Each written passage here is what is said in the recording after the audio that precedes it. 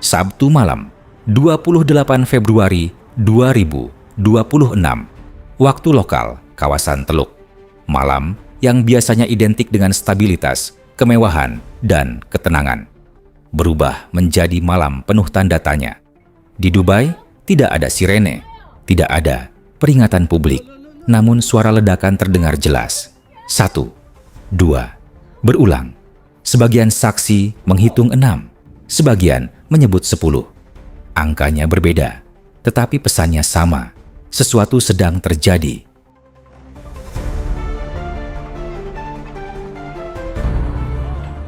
Untuk memahami malam itu, kita harus mundur beberapa jam sebelumnya. Amerika Serikat dan Israel melancarkan serangan ke Iran. Targetnya disebut sebagai fasilitas strategis. Bahasanya formal, narasinya terkendali. Namun, dalam geopolitik, serangan hampir tidak pernah berdiri sendiri. Ia selalu memicu reaksi. Bagi Iran, ini bukan sekadar pesan simbolik. Ini dibaca sebagai eskalasi nyata. Dan balasan mulai disiapkan.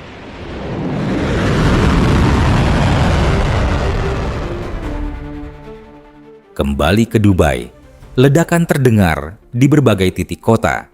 Bangunan bergetar, langit memantulkan kilatan singkat. Yang menarik, siren peringatan udara tidak terdengar secara luas. Ini penting. Dalam sistem pertahanan modern, intersepsi sering dilakukan secara senyap, cepat, terkendali, tanpa memicu kepanikan publik. Namun senyap tidak selalu berarti aman.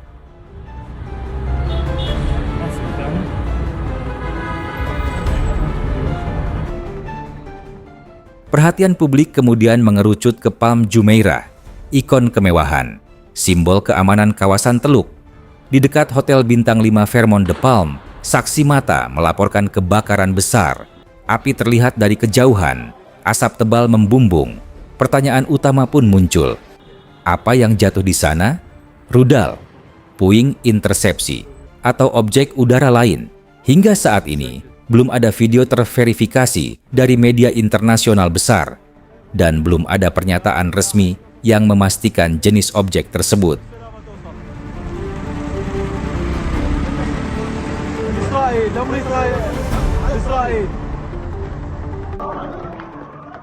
Satu hal penting secara teknis perlu dipahami. Jika sebuah rudal dicegat di udara, fisika tidak ikut berhenti. Puing tetap jatuh, gravitasi tetap bekerja. Jika intersepsi terjadi di atas kawasan padat, risiko di darat tetap ada. Inilah sisi perang modern yang jarang dibahas. Intersepsi bukan selalu akhir cerita. Kadang justru awal dari masalah baru.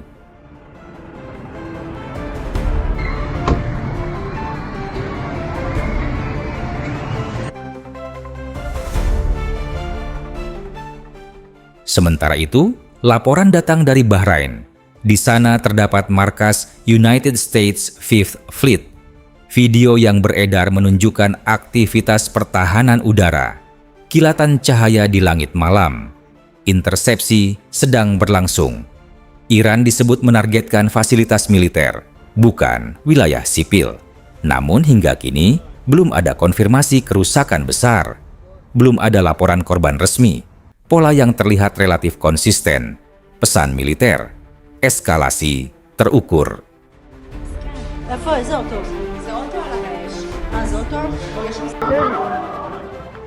Di Qatar, muncul video yang paling mengguncang secara emosional.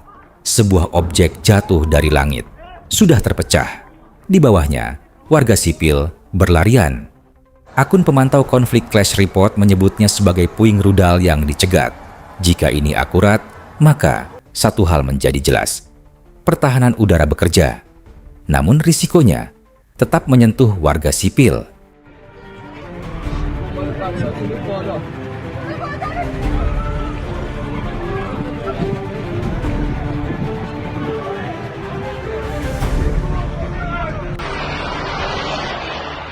Beberapa video lain mengklaim jatuhnya drone Iran di Dubai. Objek tersebut disebut sebagai Shahed 136. Drone murah, relatif sederhana, namun efektif bila digunakan secara masif. Meski demikian, identifikasi ini masih belum diverifikasi independen. Belum ada konfirmasi resmi. Belum ada analisis OSINT final. Di titik inilah publik perlu berhenti sejenak. Viral tidak selalu berarti valid.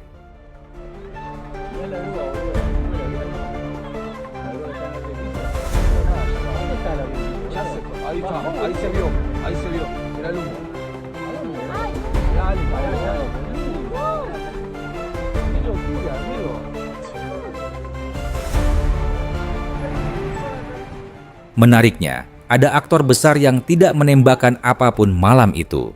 Rusia.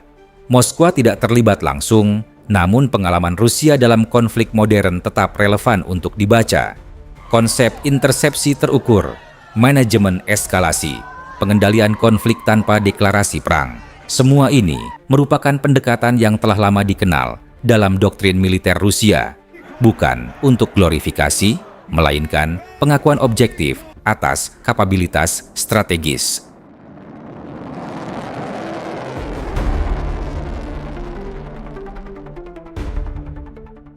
Malam itu mungkin bukan awal perang besar, dan mungkin juga bukan akhirnya. Ia adalah pesan bahwa kawasan Teluk tidak lagi sepenuhnya kebal, bahwa konflik modern jarang datang dengan pengumuman resmi. Seringkali ia hadir dalam bentuk video buram dan laporan saksi mata. Oh my God.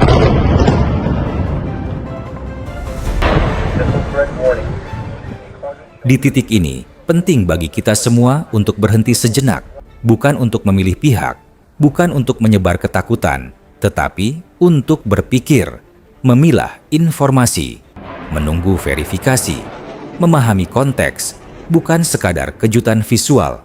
Karena dalam konflik modern, informasi adalah medan perang kedua. Jika kamu merasa analisis yang tenang, terstruktur, dan berbasis konteks seperti ini penting, dukung channel ini. Like, subscribe, dan bagikan diskusi ini. Bukan agar kita menjadi yang paling cepat, tetapi agar kita menjadi lebih akurat. Konten ini dibuat untuk tujuan analisis, edukasi, dan diskusi publik. Seluruh informasi bersumber dari laporan terbuka, saksi mata, dan media internasional hingga waktu produksi. Sebagian klaim masih menunggu konfirmasi resmi. Channel ini tidak mendukung kekerasan, perang, atau propaganda pihak manapun. Kami mendorong pemirsa untuk selalu memverifikasi informasi dari berbagai sumber. Dunia tidak menjadi lebih aman karena kebisingan. Ia menjadi lebih aman karena pemahaman, dan malam di Teluk itu memberi kita pelajaran yang mahal. Terima kasih sudah berpikir bersama.